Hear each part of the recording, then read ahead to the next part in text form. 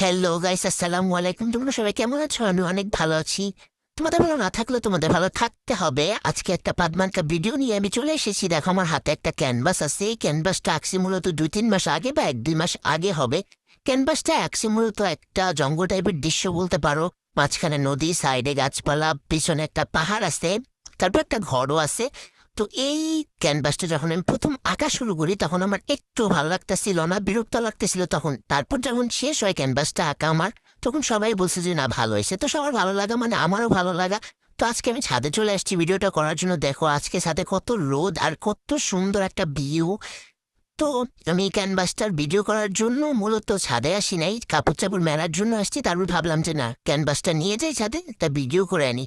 তো এইবার আমার প্রথম ভিডিও, এই ভিডিওটাই আমার প্রথম ভিডিও। সবাই একটা করে লাইক, একটা করে কমেন্ট করে দিবা প্লিজ প্লিজ প্লিজ।